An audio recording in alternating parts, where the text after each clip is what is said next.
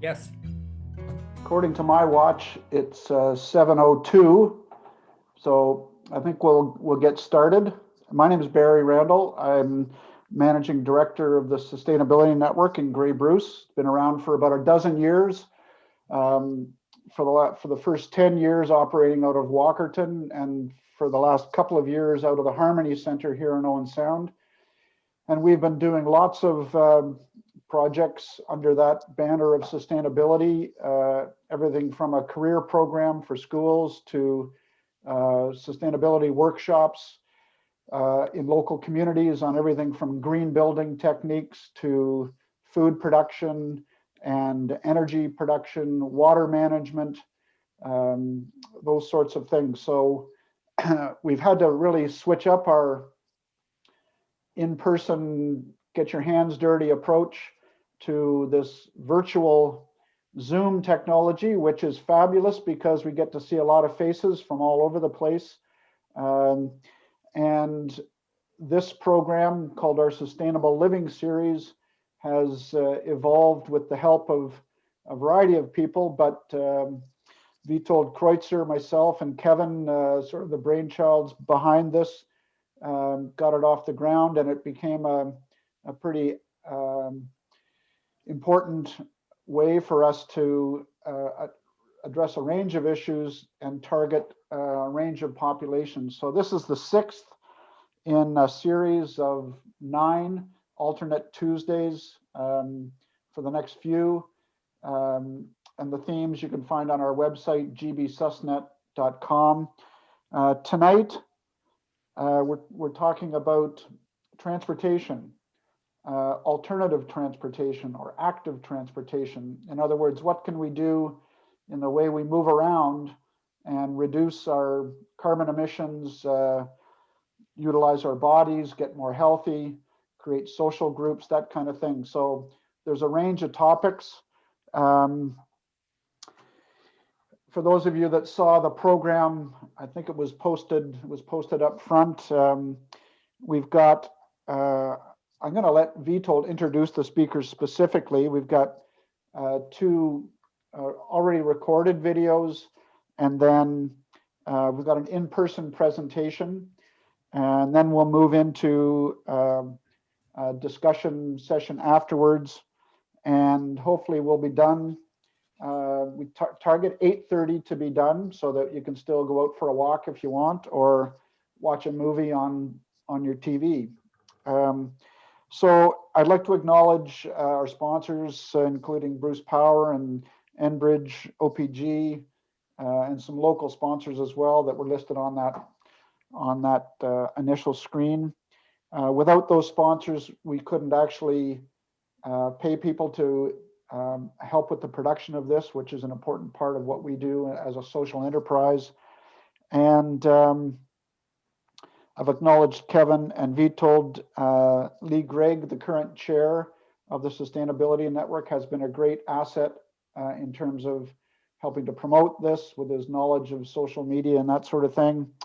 And Simona Freibergova, who's been is a current very active board member with the Sustainability Network, has been a fabulous contributor to the themes, and she's also our current community garden network coordinator, and having Zooms all over the place these days with lots of people attending. So I'd like to acknowledge all the people that have contributed to this, and unless there's any questions from the organizers before we get started, we're recording. I mentioned that. If anybody's not interested in having their face on a recorded version or their voice, don't say anything, and you can shut off your video. So with no further ado, I think I'd like to turn it over to Vitold and ask him to introduce tonight's series.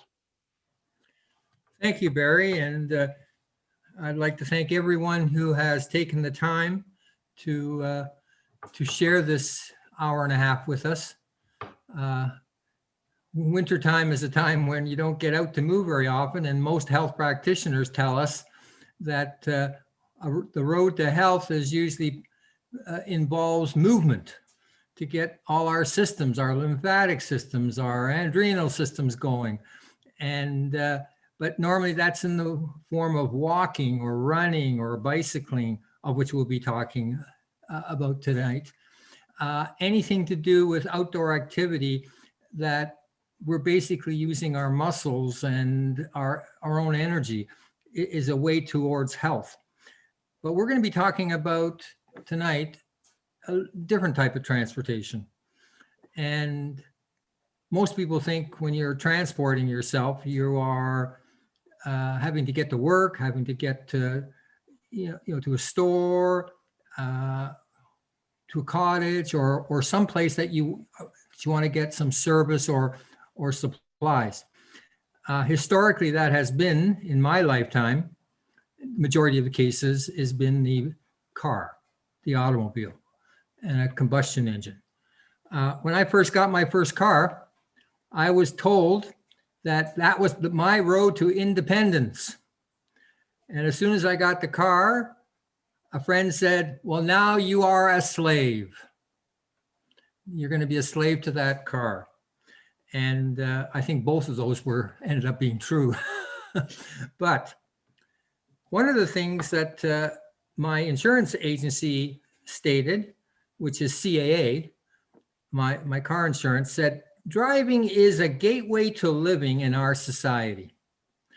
And I know they have a vested interest in that, but that, in many ways, you have to look at that and really understand how especially in our area where we are so far removed from even our neighbors in the rural parts, that getting from place to place is sometimes, in many times of the year, not an easy thing. And it usually takes time and distance. So what we thought we would do is try to promote 3 possible alternatives to the combustion engine vehicle. And even though we always will promote the walking, the running, the bicycling, the sled, the hay rides, the horse and buggy rides, if you get a chance to, we're talking basically now about the basic ways of traveling. And unfortunately, our society is such that most of us want to get someplace yesterday. And so our first presenter, and I am just so happy that Joachim Ostertag has taken the time after his knee surgery to be with us. I'm sure that he is extremely devoted or heavily medicated. But I really am very thankful that Joachim was here. We did a wonderful interview with him. This gentleman is a lifelong bicyclist and has been bicycling in the area. And there's no better advocate for an alternative to the car than someone like Joachim. So if Kevin, if you would do your wonderful technological device, and please let's see what Joachim had to share with us.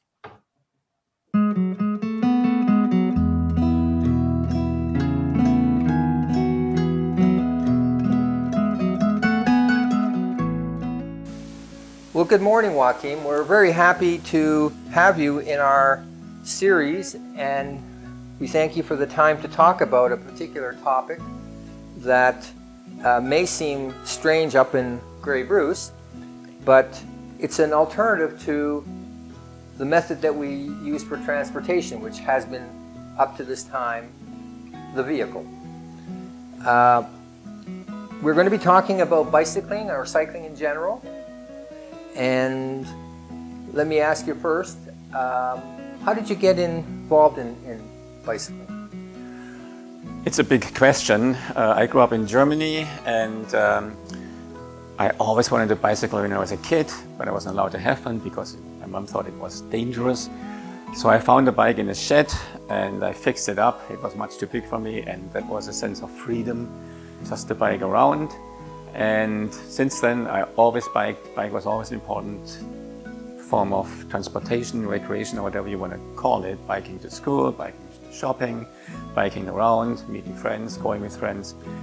And so it became more and more an important part of my life, that when I worked, I biked to work long distances, sometimes over 30 kilometers one way,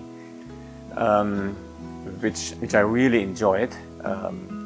I enjoyed it physically, but I also enjoyed it emotionally. It always gave me a sense of satisfaction because I didn't use any fuel, and resources were always an issue in my life to think about it. Everything comes from somewhere. And then when I came to Canada in 1985, I continued to bike, and I always also chose my place of living, so it's fairly close to town, so I don't have to bike always long distances, so I can bike to all the places I need to bike to. So I'm fairly independent, and independence is, I think, always a theme of bicycling. There's a sense of independence. So here in Canada, living in Owen Sound and Grey Bruce, I continue to bike. I bike all over the place. And so here in town now, I have several bikes. I have one touring bike that is also my city bike during the summer. And in the winter, I have an old mountain bike, which handles the snow and the ice. And then I have a road bike with which I ride around recreationally. Well, you said you live in Owen Sound, and we know how bad the weather can get in the wintertime. I assume that you bicycle 12 months of the year? Mostly, I think there's only a few days where I wouldn't bike, and I choose the days when I go. So if it's really bad weather, like snow and ice, then I might not bike the next day.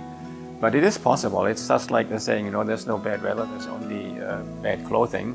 So I adjust my biking habits to the weather. It can be tough, but it's a question of attitude. And it's interesting, once you get used to it and you bike through a rainstorm or even a snowstorm, and again, it's a sense of freedom that you have, that you can actually do it. Are there any other challenges for bicyclists or for bicycling in Owen Sound? Well, I must admit that there are hills that are quite steep, and not everybody likes riding up those hills. That can be challenging, but we also have the busing system where you can put your bike on a bus or electric assist. There are many versions how we can bike. The biggest challenge is the traffic, obviously. It's the cars. So I think it's really, really important. That's part of education, that drivers know about the risks that bicyclists are in when they are mixed with traffic. So generally we need more roads and roadways that are designated to cyclists that make it safer. And we need education. And I must say, over the years, things have gotten actually better. I realize there are a lot more drivers who pay attention to cyclists. So for instance, when there's a hill that they don't pass you, when there's a blind spot. It's more the exception now, where people cut you off or don't pay attention, drive too close, and are just basically disrespectful. How about the challenges for cycling outside of an urban center like Owen Sound? Yeah, again, it's somehow a question of attitude. I did it my whole life, cycling on country roads. It is quite risky, and as I say, because there are hardly any bicycle lanes or shoulders for cyclists to bike on safely. So you share really the road with the cars. So we completely rely on the drivers. We put our lives into their hands, basically. But I also have recognized that, for instance, the truck drivers, we often complain about the trucks, right? How bad they are to cyclists. They have really changed. So I really, I'm very happy about this and commend the truck drivers in the area. The big trucks, the transport trucks, they are usually giving a lot of space to cyclists, which is very welcome. One important issue I find is that I think that most of us, when we were young, we rode a bicycle. And at one point in time, we got too old to ride bicycles, apparently. And is there an age bracket or limitation for bicyclists in your view? It's an interesting question. It's just like everything else in life, right? When we were young, we played games, or we played with kids, we did all kinds of fun stuff. And somehow we kind of decided, for whatever reason over a lifetime, that when we are adults, we don't do these things anymore. We still can play, and cycling is almost like playing too. There's a playfulness about it. So I don't think there's an upper range of cycling. I mean, the reality is that our physical abilities might shift. Like, I'm not as strong anymore as I was 30 or 20 years ago, but we still can bicycle, and there are all kinds of different bicycles these days. There are tricycles, so people who have balancing problems can ride on tricycles. They're really great. They're incumbents, and now we have electric assist bikes that make the hills easier. So I don't think there's a limit to that. I think it's, again, I mentioned attitude before, that we might need to remember how we biked when we were young, and to inspire ourselves that it's still possible. Bicycling can be a community activity or social activity once we get past this idea of bicycling as only a solo event. Yeah. Do you see this as possibly also helping people look at this from a couples or a family? Oh, yeah, I mean, I see it actually much further for the whole community. So my family, they always biked, and my daughters and my sons, they all use bicycles wherever they live. And they bike their kids to school in recumbents and all kinds of stuff. And but the social aspect of it is that we recognize each other as a community of cyclists. What would you say to the person who says, well, bicycling may be good for you, Joachim, but you know, I got a few extra pounds on me, and I'm not as young and spry as I used to be, and you know, I have to get someplace fast. Well, one thing is, and I said before, is I chose my place of living in town, so it's really easy, and I'm often faster with my bike than with the car by the time I sit in the car and drive there and have all the red lights, and losing and being maybe too heavy. I mean, that's one way to lose some pounds, by bicycling, and also do it maybe recreationally on top of just transportation. And eventually, it might hurt a bit at the beginning, like sitting on a bicycle seat, you're not used to it, might hurt. When I sit on the bike seat after a long time of not biking, it hurts too, but we overcome that. So I think, again, it's the way we think about the bicycle, and it's worth trying it out. We have lots of bicycle stores that have all kinds of bikes that people can try out and see how it works actually for them. And it's often surprising how well it works. An important thing is that people buy bikes that really work for them. Can you just let me know what you think is our location and the weather that we have here a serious impediment to you? Well, I came here this morning and it was actually pouring, but by the time I got on my bike it didn't pour. But I have rain pants and I have a rain jacket. And as long as you don't bike for a very long time, it's actually not a big deal. Again, it's the way we dress accordingly to the weather, and also the way we feel about the weather.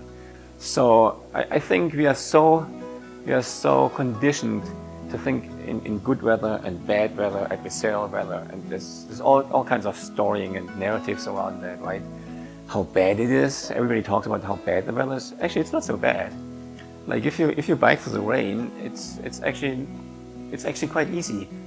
Now, we also would like to touch upon your philosophy in that how bicycling affects or is affected by your view on environmental and climate change issues.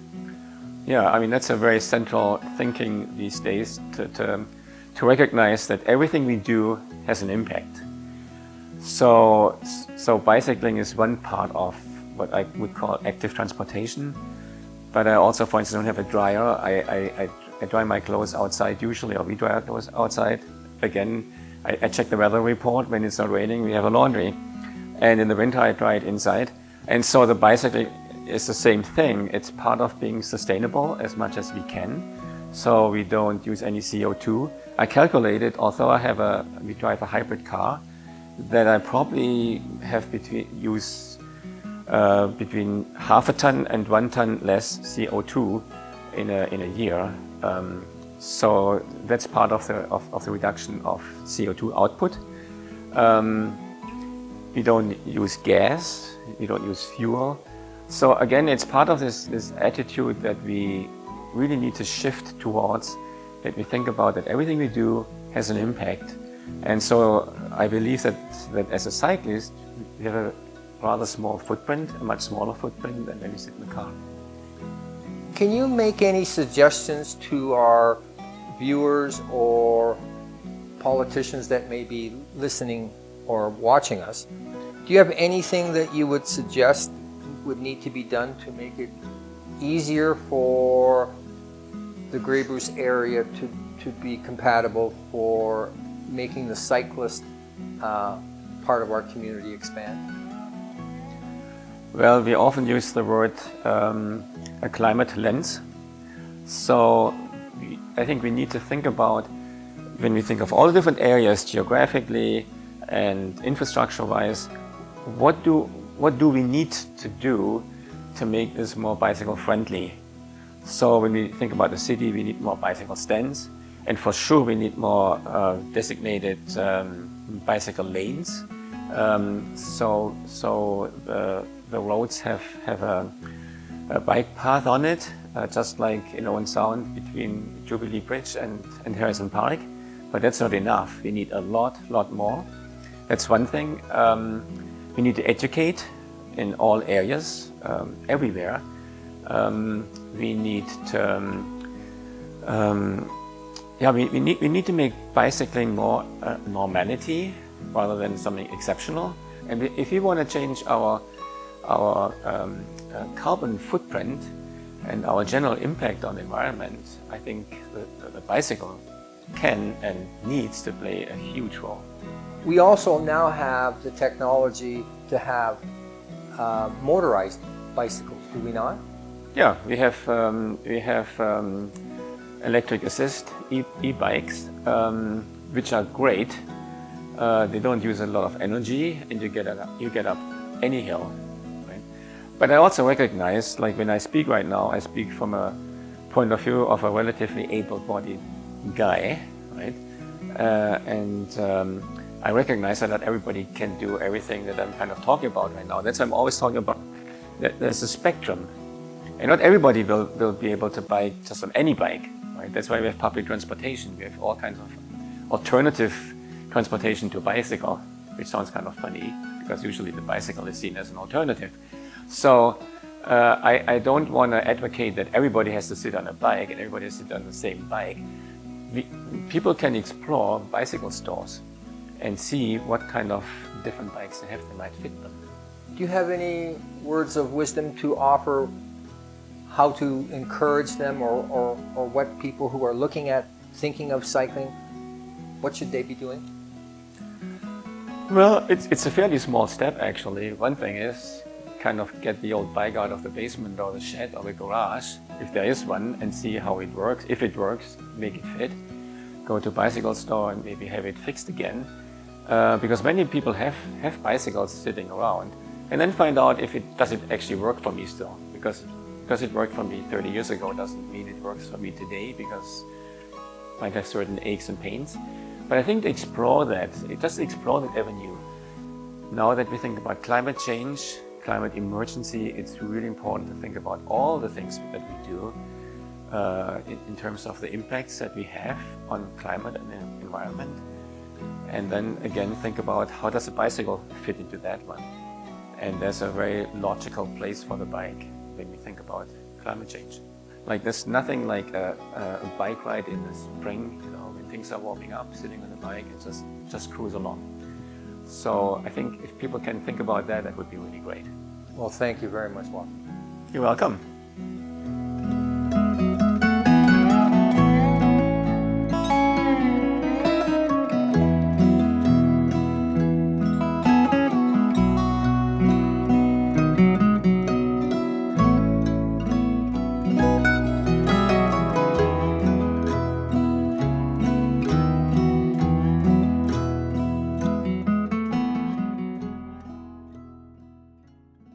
that was a very entertaining and useful interview that Joachim gave.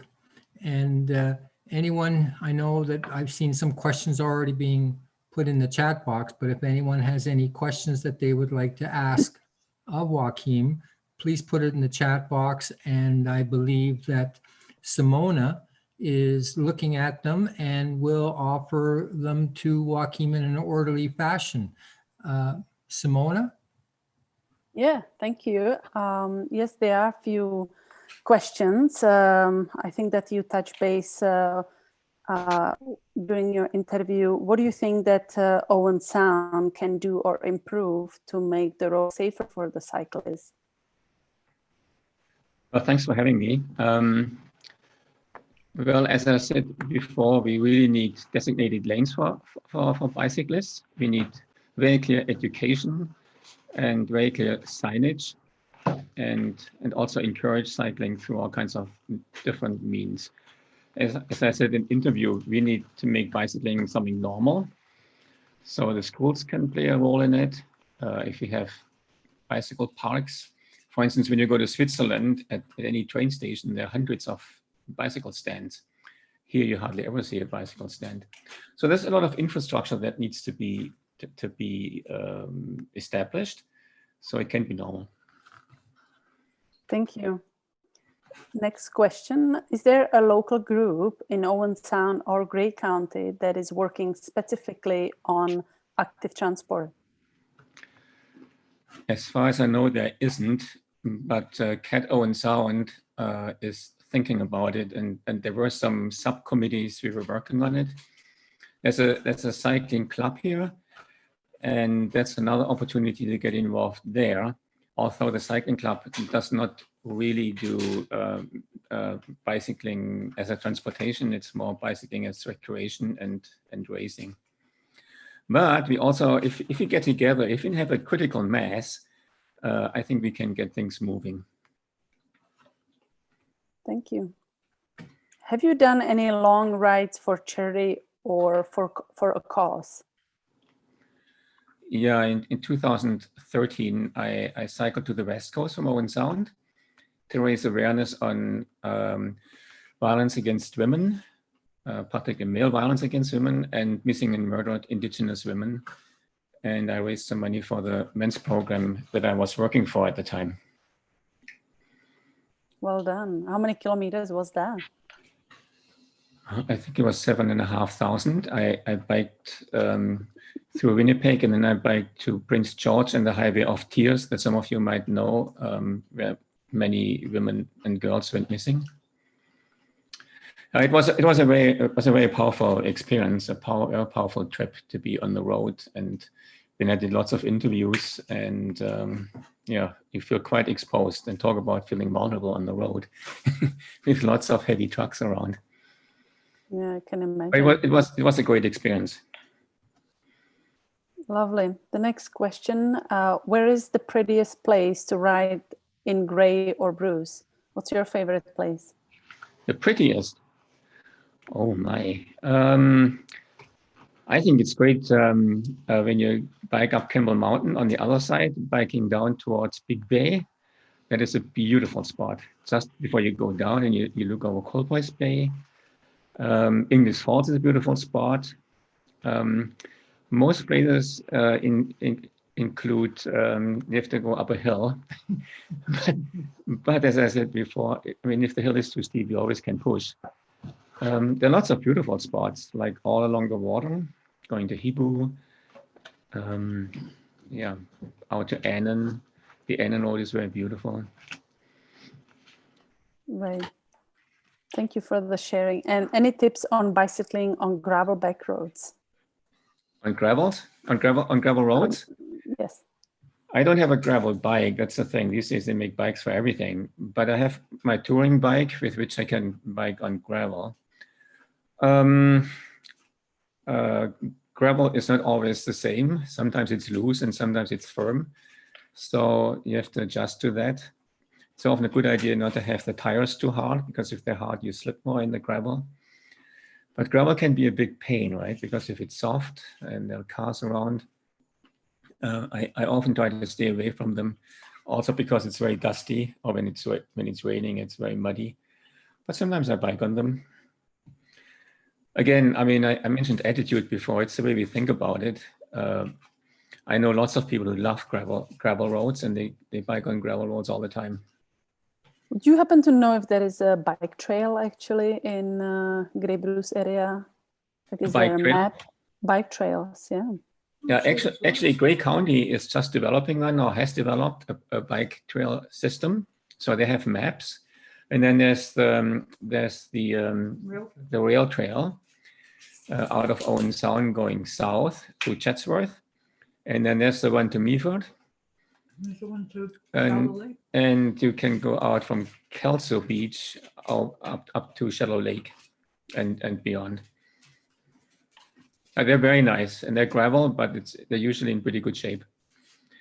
And they're beautiful spots. You're like in the middle of the wilderness. You see beaver dams, little lakes, swamps, and so on. Thank you, Joachim. You're welcome. Yeah, I think that's all for the questions. Unless somebody wants to ask more questions, feel free to post it in chat room. Well, I would like to thank Joachim for taking the time to be here tonight. You had your surgery on your knee on the 5th, so that's just a few days ago. Exactly, and I'm not biking right now, and I won't bike for a few weeks and months, unfortunately, but so is life. Well, I thank you very much for Thanks for your being here empathy. tonight. And I'm sure that everyone has wonderful stories and eventful stories about bicycles and so forth. But I just recently got a bicycle, and after my hip surgery 20 years ago, it's my first time was on a bicycle, and it was quite an experience. And if it wasn't for the fact that I fell off a few times, it would have been a perfect experience. But well, thank you, Joachim. And I think that we can feel from listening to Joachim that you can get a bicycle for any age, and that's great. Hey, But one of the things Vitold, that, yes? can I just interrupt just for a second? I was hoping that everybody would, in the chat box, just say hello and where you're visiting us from, if you could do that, because I noticed we've got MJ visiting from the Philippines, so that's a great thing. Welcome. But just so that we know how far we're drawing people from. Usually it's around Grey Bruce, but it'd be good to know. So just post that in your chat where you're. Look, Lee's all the way from Wyerton. Okay, thanks. Well, I can say I'm all the way from Chatsworth. Okay, that's great. Well, the next group or individuals that I approached is actually in the car industry. And so why do we have a car manufacturer talking about alternative transportation possibilities? I happen to have obtained from them an electric car last year, and I thought that they would be one of the ones I would be asking. I asked other car manufacturers in the area, but Hyundai responded the quickest, and I was very pleased and happy about that. And so we have the opportunity to hear from two individuals that I interviewed that gives you a good history and an idea of what to expect in regards to electric cars or the next generation vehicles that may become available very soon or in the short future. So we interviewed Nick Hahn and David Hamill. David will be here with us after the video to answer any questions you may have. So please put them in the chat box if after you've heard what they've had to say. And please, Kevin, if you would do your techno wizardry, and let's hear what Hyundai has to say.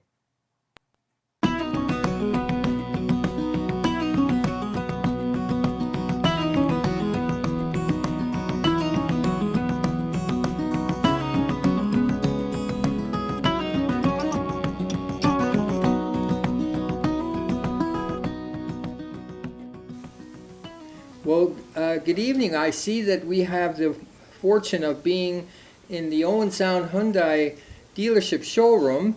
We have David Hamill and Nick Hahn, representatives of Hyundai, right in front of one of their new electric cars. Thank you for letting us be here. Thank you for coming. That's our honor.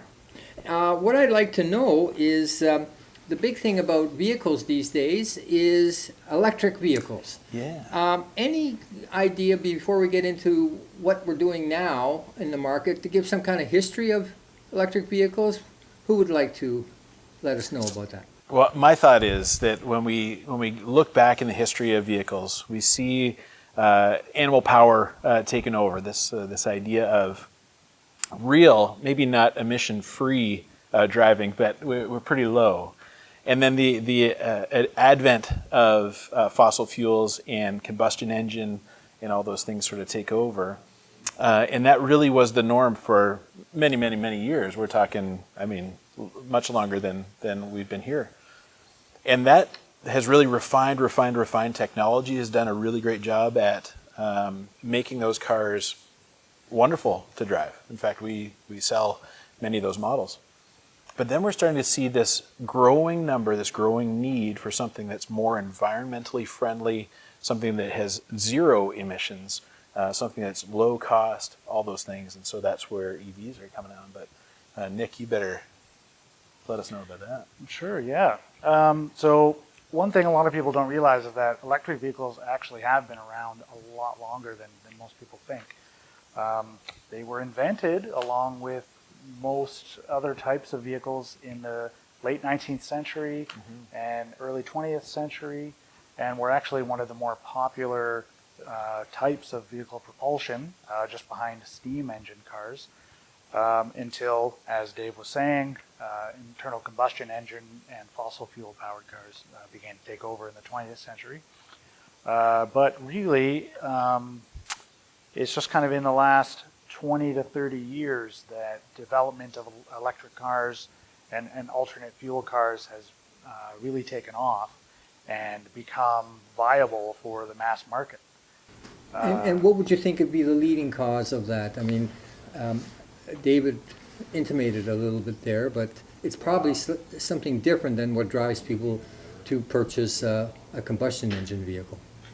Well, yeah, it's EV buyers tend to be more environmentally conscious. We want to lessen our reliance on fossil fuels and find a better way going forward to help save the planet, basically.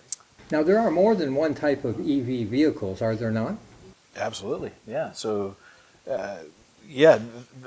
what we have here, even in our location here, is a hybrid vehicle, sort of merging from that combustion engine and then adding in the EV piece, kind of a nice little combination of both. Then we have that full EV that's come on, and that's really what's becoming a driving force for us. And there's one other thing, but do you want to touch on the H2 stuff? Sure, yeah. One thing that's been gaining traction is, and kind of on a different branch than a traditional EV, is a hydrogen fuel cell car. Now they are, in its essence, an electric car, but instead of having a battery that the motor draws power from, it has a hydrogen fuel cell, which creates the power in the moment by burning hydrogen fuel. Mm-hmm. Now, a lot of people who are really dedicated to environment and electric vehicles are pretty good students, but the average individual may not be. Can you give me a little history of, at Hyundai, what has been the progress in the history of your electric vehicle models? Well, sure.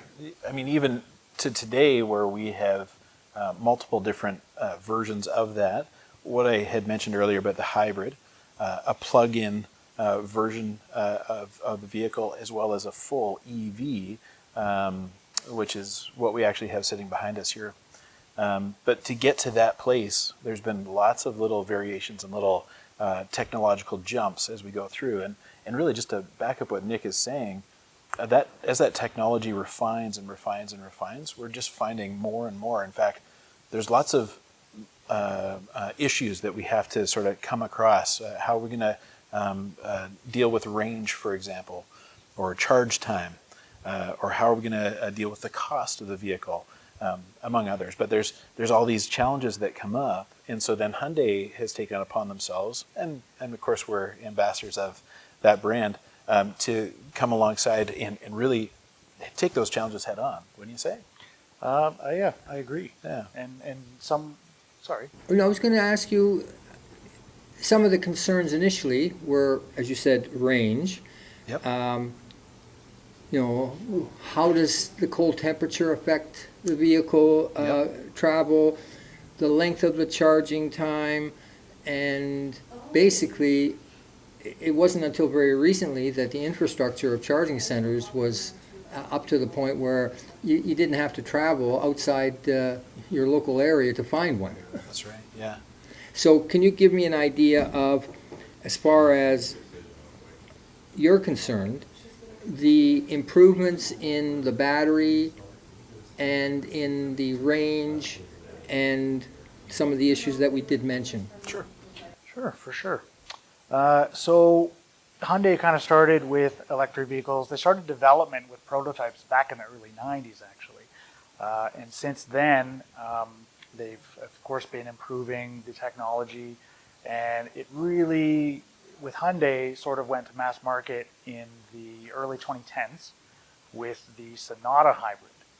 That's our mid-size sedan.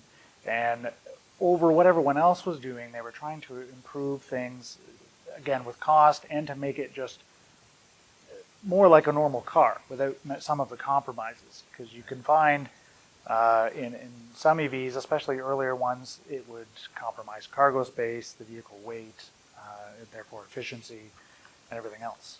So with the Sonata Hybrid and then future ones, they started using lithium polymer batteries as opposed to a standard lithium ion. They allow greater flexibility for the size and placement of the battery, its overall shape, allowing it to be mounted lower in the vehicle, therefore not impacting cargo space or passenger space.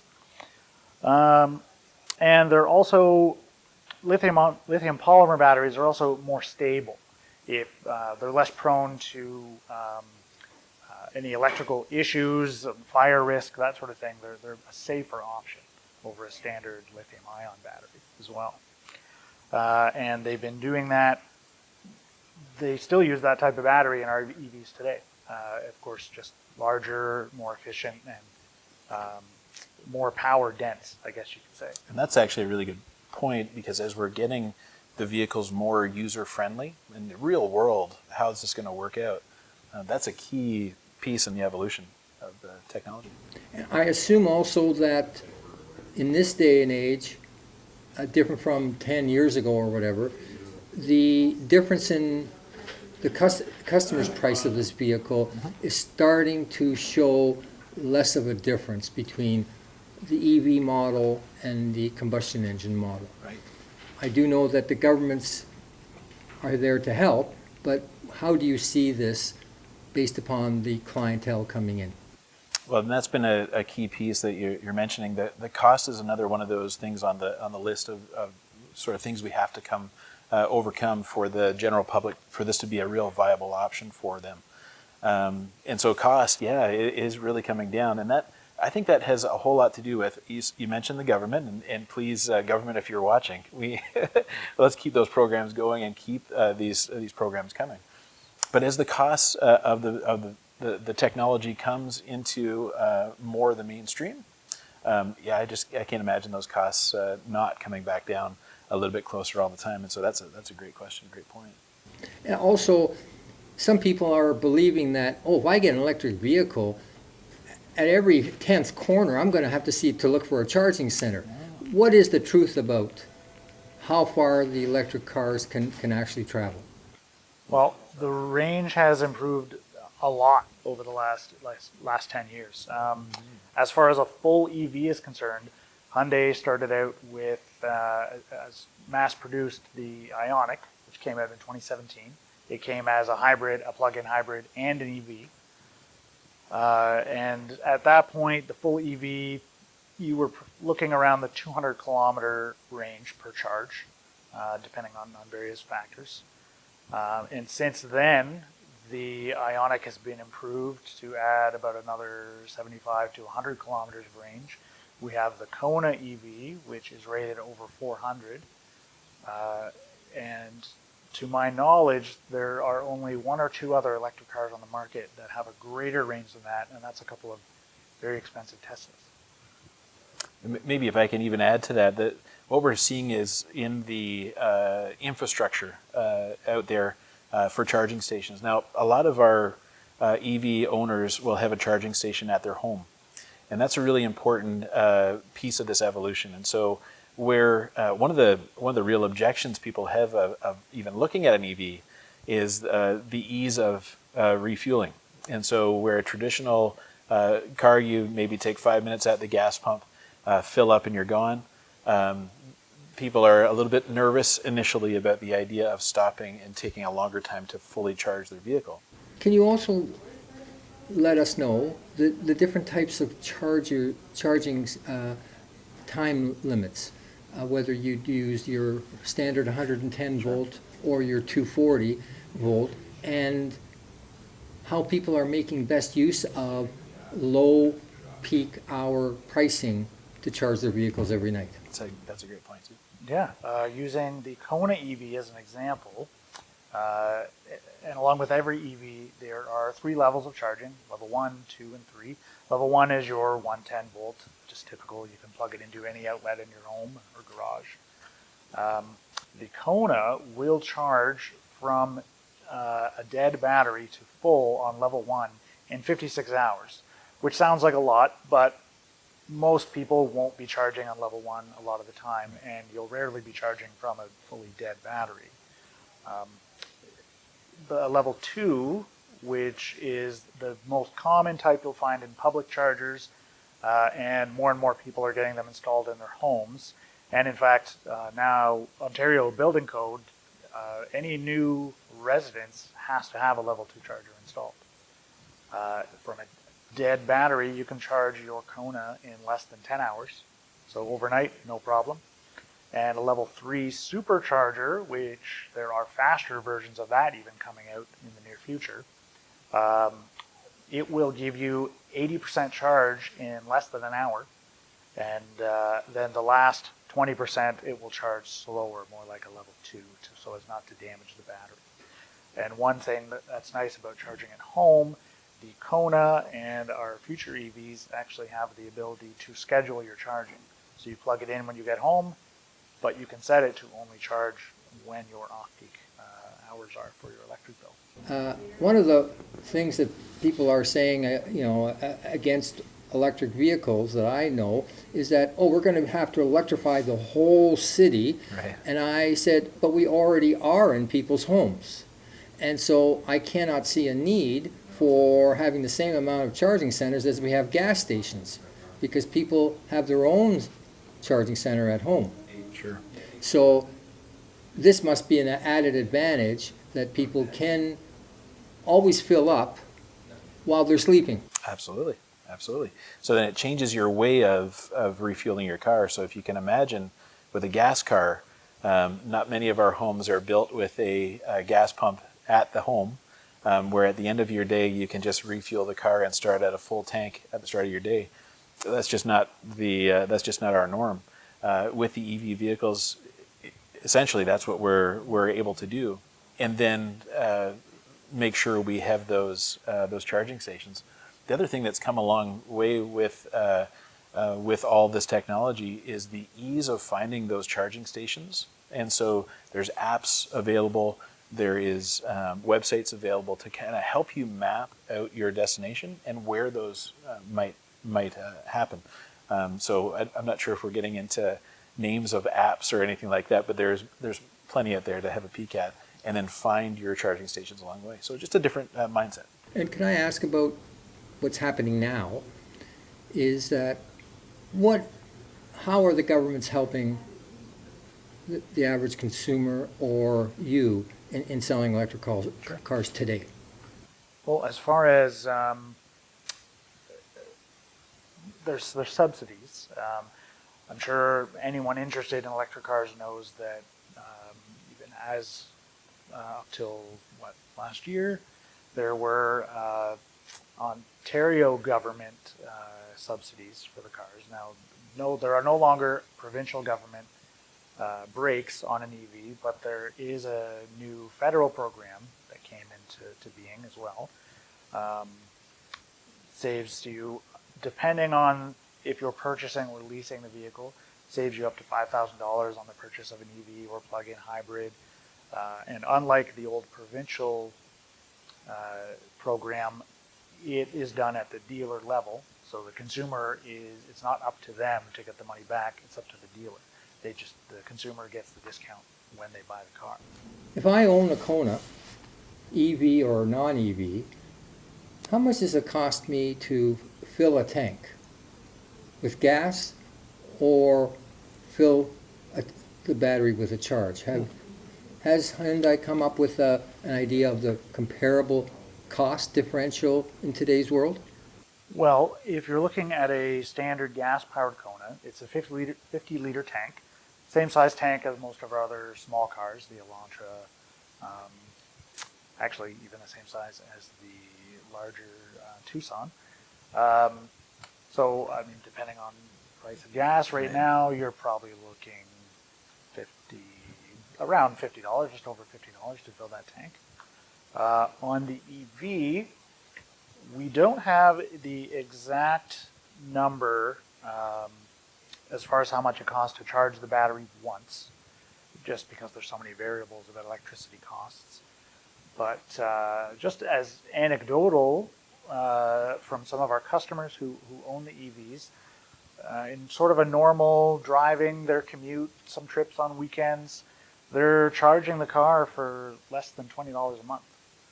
And if you compare fuel economy, a standard gas-powered Kona, you're averaging between 7 and 8 liters per 100 kilometers. With an EV, they have what's called a liter equivalent they measure to, and the Kona EV is actually rated to average 2 liter equivalent per 100 kilometers. So much more efficient and cheaper to fuel in the first place. And I don't have to freeze and wear 3 coats in the winter in order to get half decent mileage in the winter, do I? Not at all. So you have a regular heater, same way you would as any other vehicle. Now, range does suffer with EVs, which is one thing that's nice about the Kona is that the range is so large to begin with that you'll still have good range even in the wintertime. There's some temperature management systems to help with that as well. You can turn climate on for just the driver. So if you're by yourself, you'll save some battery power, not heating the rest of the car. And the battery itself has temperature management to help keep the battery at a more manageable temperature, so it will charge faster, and just run more efficiently. Well, you know, I thank you very much, the two of you, for allowing us to get your experience and knowledge. Is there anything that you would like to leave us with besides trying to sell me an EV vehicle? Hey, you really should buy one, but no. I really think that for those of us who are environmentally conscious and considering a vehicle in the near future, really consider coming to have a peek at one of the EVs. It can't hurt to try. It can't hurt to do the research and see if it fits your lifestyle just as for what your needs are versus what we have to offer. That's really what I want to get people over the hump of is we know what you're comfortable with, and we know that combustion engines are really comfortable because we've been doing it for a while. But if we can get you to come out of your comfort zone just for a moment and try it out and look at the research and see it for yourself, I think you're really going to be pleasantly surprised. Yeah, and if you come check Hyundai out now, we have the Kona we've talked about, we have the Range of Ioniq, which is soon going to be its own sub-brand with even more electric vehicles. We'll have more hybrid versions of some of our larger vehicles. And the Nexo, which is our current hydrogen fuel cell vehicle, the future of hydrogen will hopefully allow those vehicles to be sold in more places than just California and Vancouver. Well, I thank you very much for taking the time with us today. Thank you so much.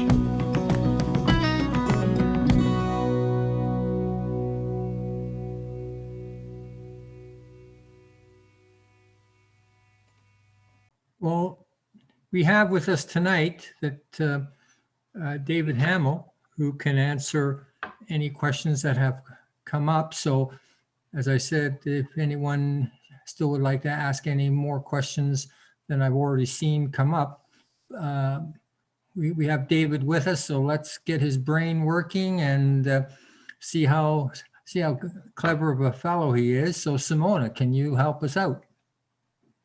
Absolutely. Welcome, David. There are a number of questions. I'd like to find the one that was the first one. Are hydrogen cell vehicles available now? Yeah. First, I want to ask, how'd you get that amazing background behind you? Fantastic.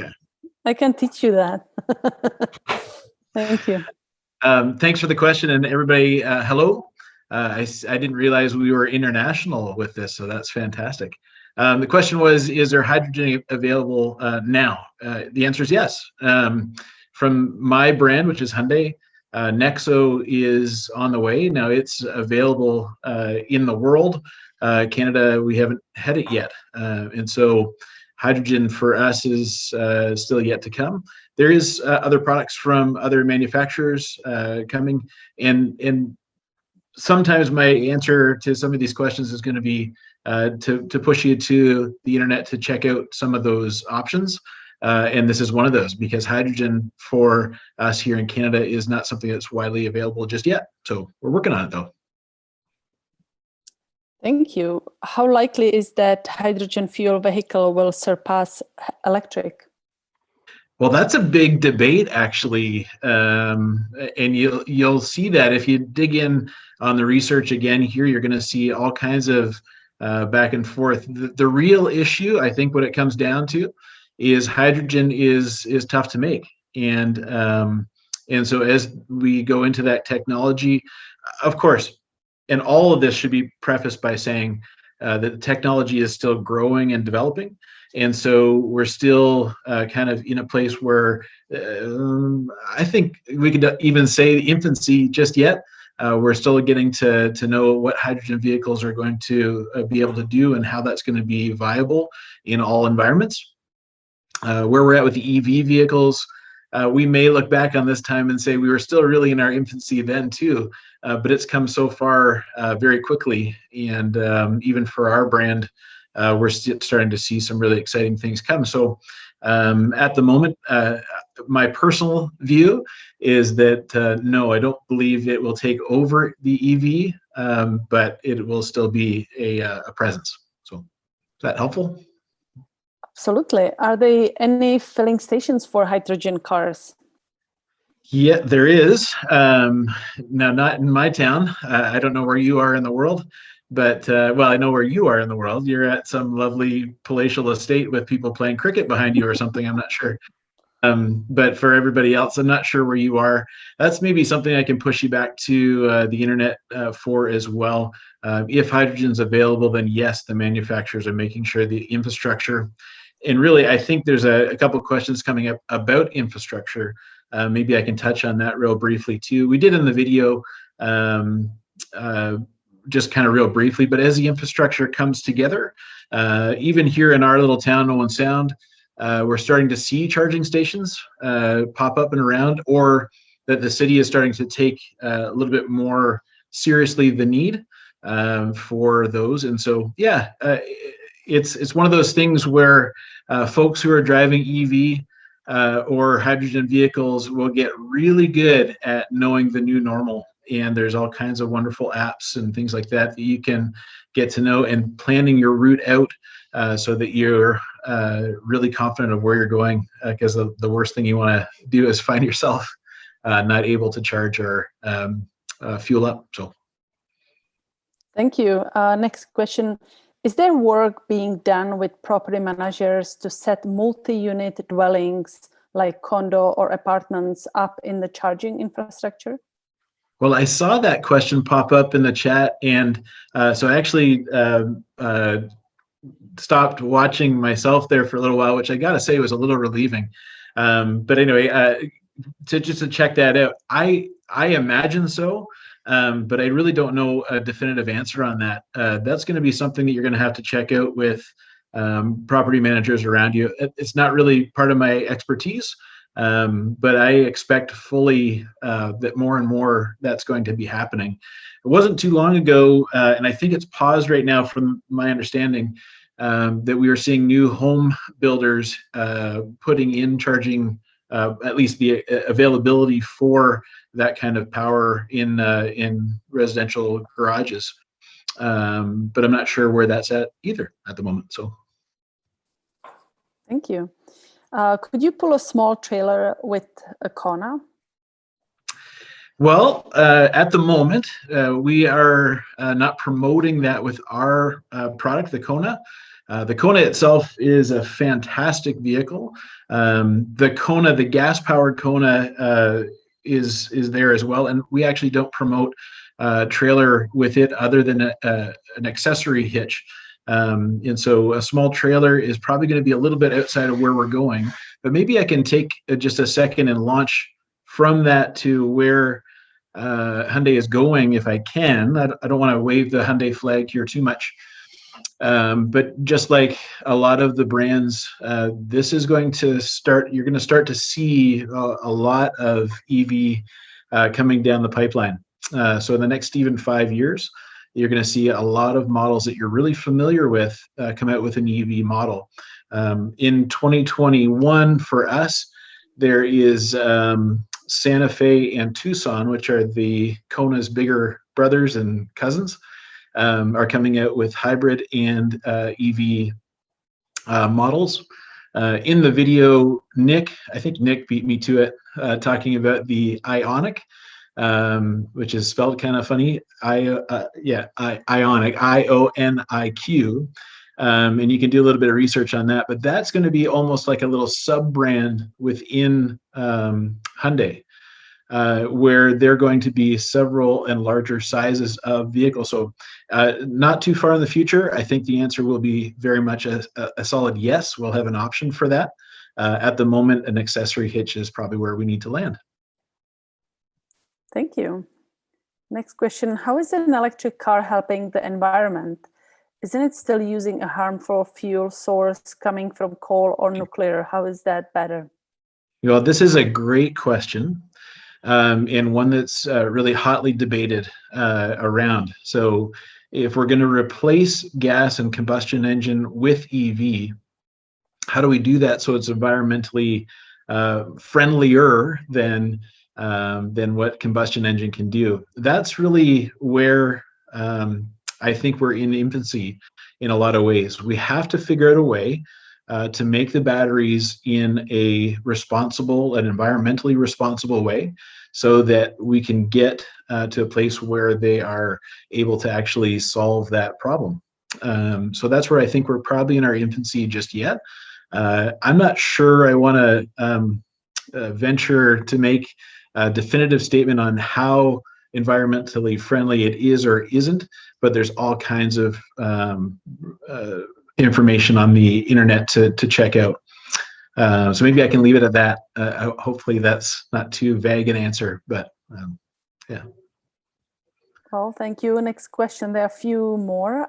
Can you put a set of roof racks on a Kona to carry a couple of kayaks that might weigh 150 pounds in total? Sure. Well, the answer is yes, but only if you invite me to come kayaking with you. Yeah, so the Kona is certainly able to take roof racks, and we can do that. Yep. You can recover some range in the winter by preconditioning the car before leaving while connected. Sure. So one of the issues that certainly has come up in previous generations of EV vehicles, and it's really one of the concerns for us here in let's just call it Canada in general, or people that experience fairly cold winter. I shouldn't say that because I know we got people from overseas, but where there's colder conditions, and the batteries will struggle a little bit to stay warm and get peak efficiency. We're really doing some real-time research on this right now. Vitold, who's in the session here, is one of our guests, one of our favorite guests, Vitold, should I say it that way? And so he's got one. He's doing some real-time testing for us on the vehicle, but we're getting some real positive results where I think we're rated at 415 kilometers per charge on a sort of optimal conditions. We're not seeing a massive drop. And so that's one of those things where we're going to see the early adopters of EV become the pros real quick. And they're going to know exactly how those things work. So the preconditioning of the vehicle, the actual range, how you're using it, what kind of tires you have on the vehicle, what kind of weight you're pulling, all those things are going to have an effect. So that's really part of the learning curve of getting to know this vehicle. Well, thank you. I think I have a last question because we are running out of time. Is there a solution that CAA or similar companies can use to help people if they do get stuck beyond towing them?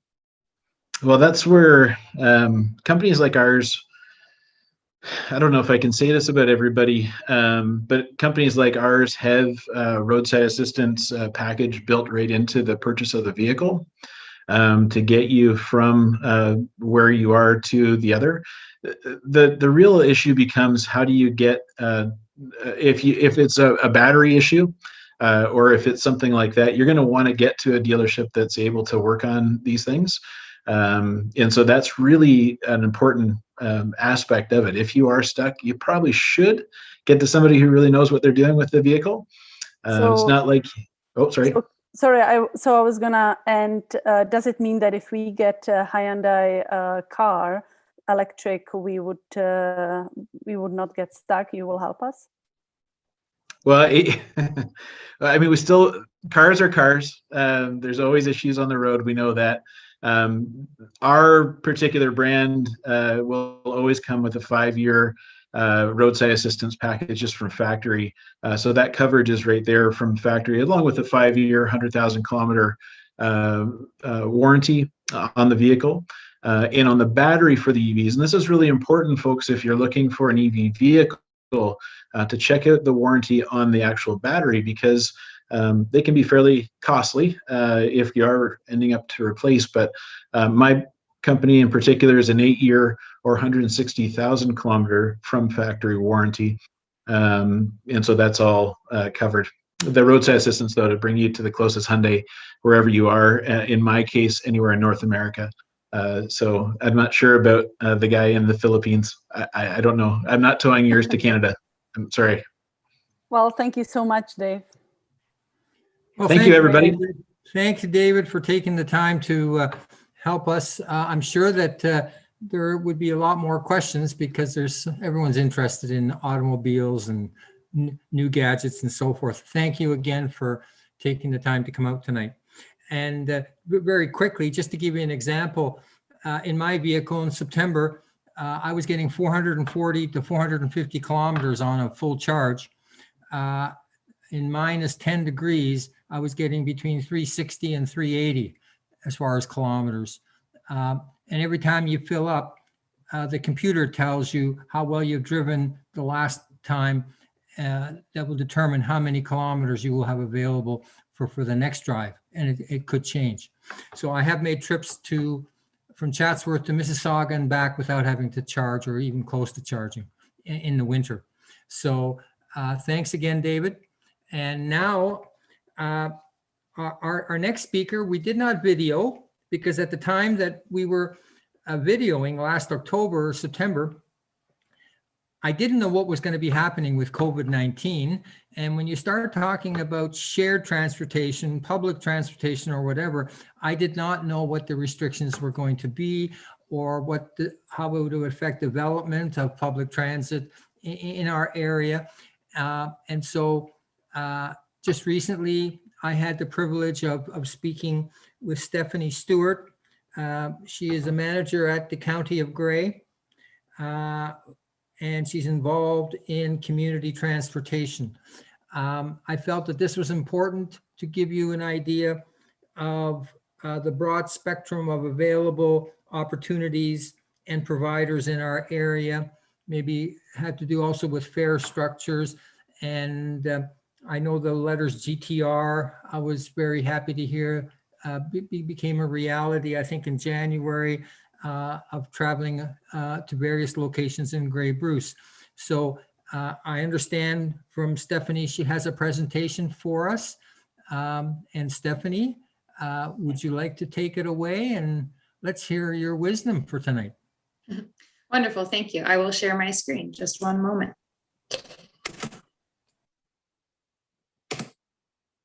Can everybody see that okay? Vitold? Yes, that I can see that. Perfect, wonderful, thank you. Sounds good. So welcome and thank you everybody for having me here tonight.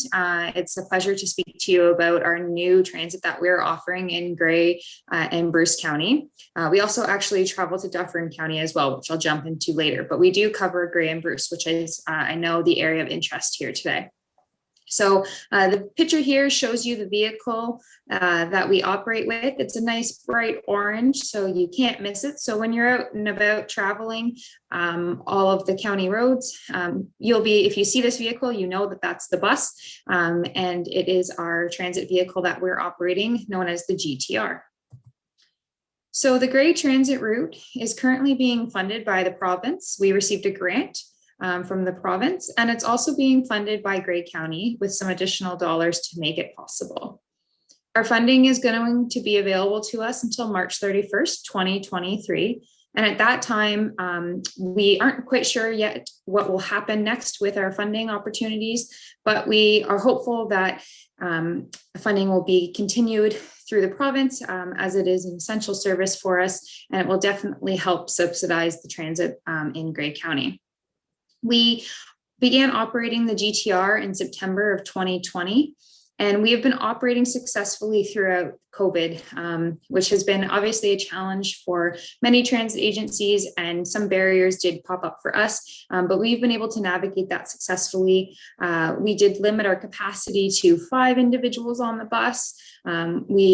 Through Grey Bruce Public Health, we were able to offer individuals a free face mask if they don't have one. We're offering hand sanitizer, and we're also offering barriers. We have a barrier, between the driver and the passengers. And also we fog our vehicles in the evening just to make sure we keep everybody safe. We currently offer 6 different routes throughout Grey County. The first route goes between Owen Sound and Dundalk. The second one goes between Dundalk and Orangeville. And when you get to Orangeville, you can connect with the Orangeville transit system there and continue on to shop or visit friends and family in Orangeville, or go to tourism or entertainment. And as well, we connect with the GO bus. So if you'd like to connect to the GTA, so to Toronto, or continue on to perhaps London, I know some people are interested in that. That is a way to connect into the GTA. We also go Route 3, which is Owen Sound to Meaford. And then we go from Meaford to the town of Blue Mountains. We go right into the village. So we go to the Blue Mountain Village, where again, we connect with the Collingwood Transit, the Simcoe Links. And from the Simcoe Links, you can connect to Wasaga Beach. You can go to Stayner, you can go to Barrie. And again, you can connect to the GO transit system there as well. Our 5th route is Owen Sound to Wyerton. And I should say, in Owen Sound, we connect with the Owen Sound Transit and the new system called the Ghost, which I'll touch on in just a moment. But we go from Owen Sound up the peninsula to Wyerton, where we stop in Shallow Lake, we stop in Hepworth, and then stop in Wyerton is where we currently end our service. And we've added an additional route, Route 6, which operates between Flesherton to Walkerton, along Grey Road 4, stopping in Hanover and in Durham to help people get along Grey Road 4. And when you connect into Flesherton, some people ask why Flesherton is our starting point around for Route 6, but Flesherton connects into Route 1 and Route 2. So you're able to go from Walkerton essentially all the way to Orangeville, or back up to Owen Sound and connect over to Wyerton. So the Gray Transit route, we did our best when we wrote our grant to make sure that the system would be affordable. So the majority of our routes for adults, it's $5 for one trip. So to go all the way from Owen Sound to Orangeville would cost you $5, or $4.50 for seniors or students, and children under the age of 5 are free. The pricing is a little bit cheaper on our Owen Sound to Wyerton route, where it is $3 there and $2.50 for seniors and students as well. We do ask that people do book over the in advance. You can do that online, or you can do that over the phone. The staff are available many hours throughout the day, so hopefully they can answer your questions at some point through their day. And this has been really helpful for many people. They like to know that if they're standing out in the cold, they don't have to worry that the bus will be full when the bus arrives. They're guaranteed a seat because you've booked your seat on the bus. And as well, it would provide us with the ability to do some contact tracing if needed. So we have people's first names and their phone numbers, so we can always get in touch with them if we had to let them know that there was for any reason. I know the other day we did have to cancel our bus because between Owen Sound and the town of Blue Mountains, because Highway 26 was closed with the snowstorm the other day. So we were able to contact the few individuals that we weren't able to pick them up and let them know, and they weren't standing and waiting at the stop. So this has been really helpful for us to have that information. I should note Route 1 and 2 between Owen Sound and Orangeville operates Monday to Friday. Route 3 and 4 between Owen Sound and the town of Blue Mountains, it operates Wednesday to Sunday. And we did that intentionally in offering weekend service there to cover off the tourism and entertainment, which we hope will return for the Blue Mountains Village and Thornbury and Meaford and everywhere really in Grey and Bruce County once we're allowed to and it is safe for everyone to gather again. But that is the reason that we went Wednesday to Sunday there. Owen Sound to Wyerton is currently 3 days a week. So we're operating Tuesday, Wednesday, Thursday, and Flesherton to Walkerton is Monday and Friday. So this project is a pilot because we just received the funding until 2023. So this is really our proof of concept where we are giving people an opportunity to travel on the service, provide suggestions and recommendations for the future. And then we continue to tweak and be nimble and make changes as we go along to get the best bang for our buck and make sure that we allow everybody to access it if they would like to.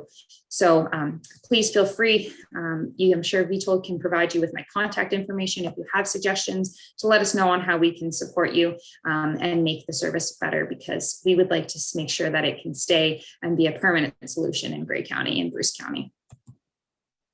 So currently this is our ridership. As you can see, some services are picking up steam. And obviously you'll see here in December, we saw a decrease in all of our rides. And that's a result of the different lockdown measures that occurred and Dufferin County going into the red zone prior to, and now the additional request to stay at home. So that has greatly impacted our ridership statistics, but we are very hopeful that they will improve in the future. And we've already started to see an uptake just even in the first week and a half of February that our rides have picked up. And we think that that's a result of nicer weather coming and people just becoming more and more aware that this service exists and that it is affordable. So our most popular route tends to be the Owen Sound to Orangeville. A lot of people are liking the connection into the GO bus, and a lot of residents that live in Dundalk and Shelburne are really enjoying being able to access services in Orangeville. The next most popular is between Owen Sound and Meaford, which is great. There's a lot of residents that live in Meaford that are interested in accessing services in Owen Sound, so they've been finding this service very helpful for them. We do anticipate more and more people using the route between Meaford and the town of Blue Mountains, but that kind of is a result, we believe, of COVID, a direct impact there. Many people like to travel to the town of Blue Mountains and to Thornbury for tourism and entertainment, and those things just haven't been available. And also it's the winter, so that might be kind of the rationale behind it. But we anticipate it going back up in the near future, and we are going to continue to promote when it is safe to do so. So it's just an overview of the different transit services that are offered in Grey and Bruce County. So currently we offer 3 different conventional transit systems in Grey County and Bruce. So we have the GTR, which is the Grey Transit route, which is what I'm talking about now. There's Owen Sound Transit, which operates in Owen Sound specifically. And recently, the city of Owen Sound also got the same grant that we got, and they are operating a bus called the Ghost, which operates between Guelph, Owen Sound, between Guelph and Owen Sound, sorry. And it operates, I believe, 7 days a week, and it is relatively affordable as well. And it's providing people with connections into Guelph to connect with the GO if that's something that they would like as well. And so they have a number of stops. So I encourage you to visit their website to find out about that service if you have interest or family or friends that live in Guelph or along Highway 6, because that's the road that they travel along. On-demand transit. So on-demand transit is something relatively new in the transit world, but it's becoming more and more popular. So it's currently only offered between Collingwood and the town of Blue Mountains. So Uber and I believe Lyft have entered the market there. And it's a bit of a challenge right now, obviously offering on-demand and ride sharing in a pandemic situation, but that is where it currently is being offered. And I will continue to look to make that an option in all of Grey County in the future. There are a few specialized transit providers. And what I mean by specialized transit is they offer the door-to-door accessible service. So if you have a medical appointment and you are in a wheelchair or you have a scooter and you require a fully accessible ride to get from your door to your doctor's appointment, there are a number of services that can assist you with that. They all have eligibility requirements, and some of them have different restrictions, but feel free to go online or give me a call, and I'm happy to let you know about what is offered. So Owen Sound offers a mobility service. Meaford offers a mobility service. But Owen Sound and the Meaford service are offered specifically to their residents, but you should always explore and find out depending on where you live. Saugeen Mobility supports 9 municipalities, I believe 4 of which are in Grey County and 5 that are in Bruce County. And then Home and Community Support Services offers a variety of services like respite and day away, and just different kinds of programs that support individuals with a variety of disabilities or I believe dementia and Alzheimer's and things like that. So that's another great service. And they also offer accessible transit to get you to appointments as well. So just a quick, the pros and the cons of conventional transit.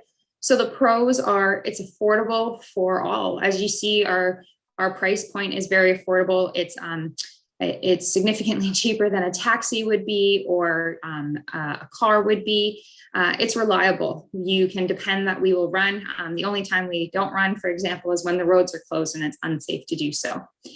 You can fit a number of passengers on a vehicle. So obviously COVID has changed that and we've had to reduce our capacity to half basically. But once we can return to normal life, you could have more people on the bus, and it supports the environment as it reduces, the number of vehicles that are on the road. The cons to it is it's a fixed service. It operates on the same road, on the same route, and on the same schedule. And for some people, that's a barrier because if you don't live on that road, it's hard to get to it. The pandemic has been a barrier, of course. It's changed everybody's lives, and it's changed the world of conventional transit. People just genuinely like having their own vehicles, and they enjoy the convenience of when they're done their appointment, when they're done work, they can just hop on in their car and go home. So that's something that we'll always have to navigate. And another con would be the new on-demand market. So that's always going to be a competitor. I see it as it's pro and a con. It's an opportunity to provide people with more options. And that's my role in Grey County, is to do our best to provide options for as many people as possible. So for on-demand, the pros are it serves a larger service area. So we can help more people if you don't live on our fixed route service. It's lower cost. So some municipalities have entered into the world of just offering on-demand versus conventional. So for example, Innisfil, they did that and they partnered with Uber. And so it can be cheaper for municipalities because you don't need to have the infrastructure of the buses. It helps people do that last mile, first mile, so to get them home once they get off the bus. And many new residents to Grey and Bruce County are very familiar with this technology and very fond of it, and are excited for this flexible platform to be available in our area. The cons would be it's a reliance on technology. So that will be a barrier for some people, but there are ways to help and navigate that. Again, as I said, the pandemic, we know that Uber and Lyft and many ride sharing companies have taken lost a lot of revenue, I should say, as a result of people staying at home. The rural geography. So the benefits typically of on-demand transit is that you operate in short rides, but here you'll be maybe doing some longer distances. And it is a new type of transit. So a lot of research is still needing to be conducted about this. So the current on-demand models that exist are Belleville, and we will continue to watch what these guys are doing. So Belleville, Milton, Oakville are doing it. So I'll continue to watch what they're doing and gather research from them. So the addition of on-demand transit options in Grey County could act as an extension to what we're already doing. And we see that being a possibility. So for example, you can see in this picture here, this is Bowen Island, which is in BC. And that's what they've done is they have their existing system and then they have the kind of offshoots of an on-demand system to support their current system. This last slide just kind of talks about the opportunities. So there's opportunities to explore electric transit vehicles in the future and different fleets. And I know that's something that we can continue to look to. Transit can encourage people to use other forms of transportation. So we're going to hopefully for this summer have bike racks installed on our buses. So that way you could get on our bus and bike around once you get off. So we're looking to do that. And it allows people to age in place. So maybe you can live in your home for a little longer if you're able to use our bus to get to the grocery store. And that's always great for everybody. These slides here are just the sources where I got those images from. And that is all I have. So I will stop my sharing. Well, thank you very much, Stephanie. You must have a special timer in your brain. But we only have maybe time for maybe 2 questions. So Simone, would you be kind enough to choose 2 questions before we have to wrap things up? Yes, there are a number of questions. I would choose probably is there a website we can find more details, time schedules? How does the route go more detailedly? What would you suggest? So I will post that in the group. So it's just grey.ca/GTR. And if I can kind of scroll through some of the different questions I saw, we do stop. We have a number of stops along those routes. We stop in almost all of the municipalities that we travel along. So if you head to our website, grey.ca/GTR, you can find our schedules on there. And I will also put my email address in here. So if anyone has any questions, they can email me directly if that would be helpful as well. Will these routes be integrated in the Google Maps? Like if you're planning a trip and you put bus or transit, would that appear as a possibility? That's something we're looking to add in the future. We're still looking at modifying our schedule and getting that feedback from individuals on where new stops could be added. So as we gain that feedback and after we've had probably about a year under our belt, So September 2021, we'll aim to have a bit more information like that on available through Google. Wonderful. Great, great resource. Thank you so much. Well, You're Stephanie, you did a wonderful job for such short notice. Thank you very much for enlightening some of us who only have very limited restrictions on how we think we can travel. So thank you very much for joining us tonight. And I'm sure that with all the information you've given, plus the your email and how we can approach you will be much helpful for us as well. So thank you for joining us tonight. You're welcome. Thank you. And this is bringing our theme of alternative transportation options to a close. The one thing I'd like to thank all the people who participated tonight is and that we videoed. There are so many other options that are available that we didn't touch upon.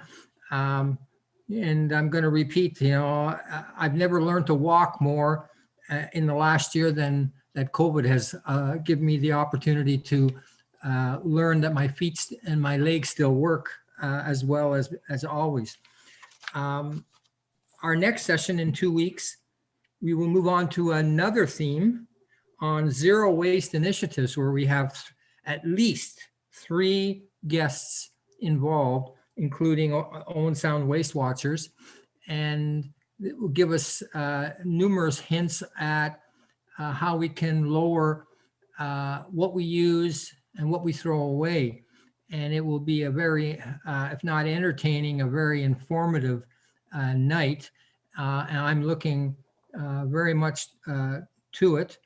And as far as I'm concerned, I just want to thank all of you that are still with us tonight and taking this time to be with us. We went a few minutes overboard. I apologize for that. And I think that I'd like to pass it on now to Barry to close things off for the evening. Okay, Barry? Thanks, Vitold. I think you've covered it all. I really just on behalf of the Sustainability Network and all our sponsors, which did include Hyundai and Cook's Plumbing and Heating, people that are local employers and doing good work on the ground. Vitold has mentioned the next couple of events.